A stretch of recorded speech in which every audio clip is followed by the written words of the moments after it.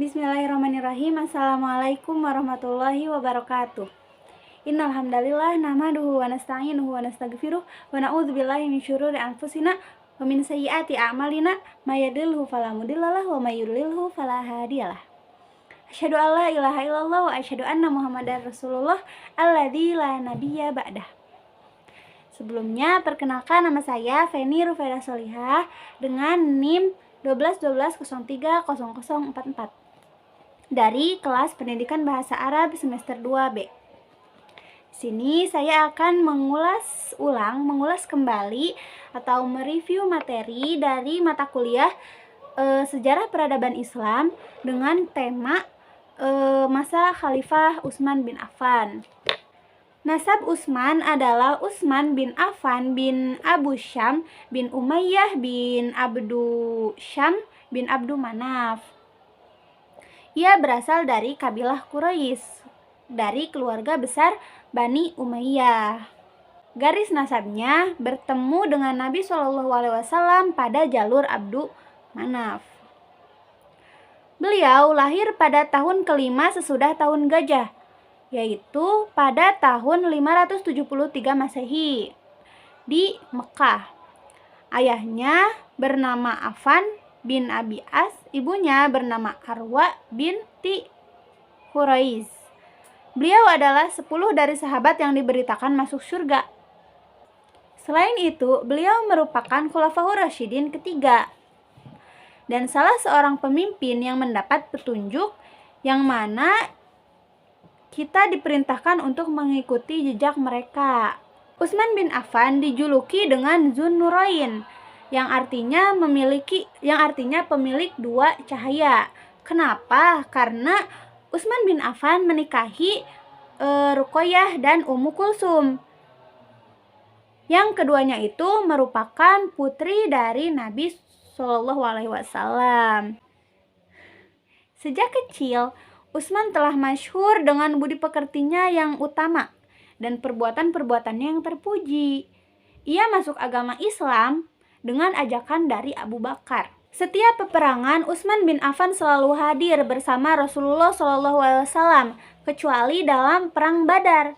Kenapa Utsman bin Affan tidak mengikuti perang Badar? Karena ia harus tinggal di Madinah pada waktu itu. Kenapa? Karena Utsman bin Affan menjaga istrinya yang sedang sakit keras. Pada pengiriman bala tentara ke Tabuk di musim susah, ia juga mengeluarkan harta bendanya yang bukan sedikit jumlahnya, yaitu tidak kurang dari 1000 pikulan unta. Utsman bin Affan termasuk orang yang menuliskan wahyu yang diturunkan oleh Allah Subhanahu wa taala kepada Nabi Muhammad SAW pada masa pemerintahan Abu Bakar As-Siddiq. Hingga pada zaman pemerintahan Umar, Utsman tetap menjadi penulis yang terpercaya. Ia juga dipercaya untuk memegang kumpulan surat-surat penting dan rahasia-rahasia besar. Khalifah Utsman bin Affan wafat pada tahun 656. Penyebab kematiannya adalah pada saat pemberontakan yang bernama Al-Ghafiqi. Al-Ghafiqi ini masuk lewat atap, kemudian menemukan kamar Utsman bin Affan. Kemudian Utsman bin Affan dipukul kepalanya dari belakang ketika Utsman sedang membaca Al-Quran. Kemudian pengangkatan Utsman bin Affan menjadi khalifah. Nah, beliau dipilih pada bulan Zulhijjah tahun 23 Hijriyah dan menjalankan jabatannya sebagai khalifah pada bulan Muharram 24 Hijriyah. Tetapi berdasarkan hasil musyawarah Dewan Syuro bersepakat pemilihan Utsman pada tanggal 3 Muharram 24 Hijriyah. Setelah disepakati bersama dan pembaiatan itu pun selesai. Adapun pemerintahan di masa Utsman bin Affan terbagi menjadi 2 periode, yaitu yang pertama periode kemajuan dan yang kedua periode kemunduran sampai beliau wafat, sampai beliau terbunuh. Pada periode pertama, Utsman mencapai kemajuan yang sangat luar biasa di mana wilayah-wilayah Islam itu sangat tersebar luas. Kemudian di periode kedua terjadi perpecahan dan pemberontakan. Waktu itu Utsman diprotes karena jabatan-jabatan strategis di pemerintahannya hanya diberikan kepada keluarga-keluarganya dan kerabat-kerabatnya saja, sehingga menyebabkan pemerintahan Utsman ini lemah.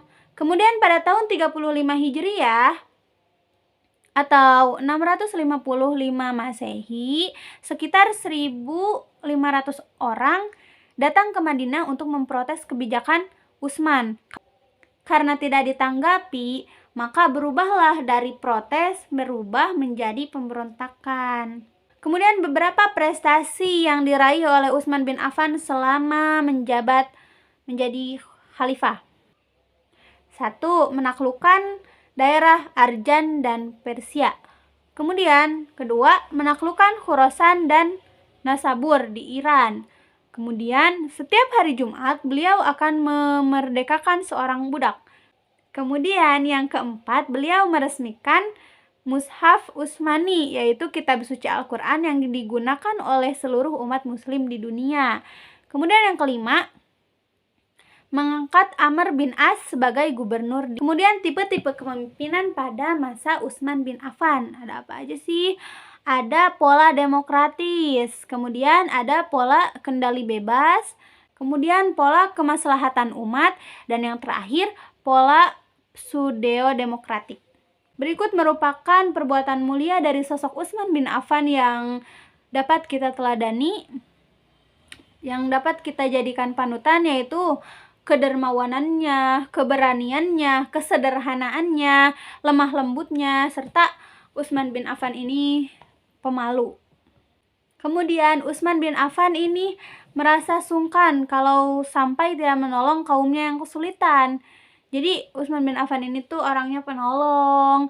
Kemudian Utsman bin Affan itu selalu sabar dan berserah diri kepada Allah Subhanahu wa Ta'ala saat fitnah besar menimpanya di penghujung hayatnya. Mungkin sekian yang dapat saya sampaikan dari review materi sejarah peradaban Islam kali ini. Mohon maaf apabila banyak kesalahan dan keterbatasan saya dalam penyampaian materi ini. Wallahu muwaffiq ila aqwamit thoriq. Wassalamualaikum warahmatullahi wabarakatuh.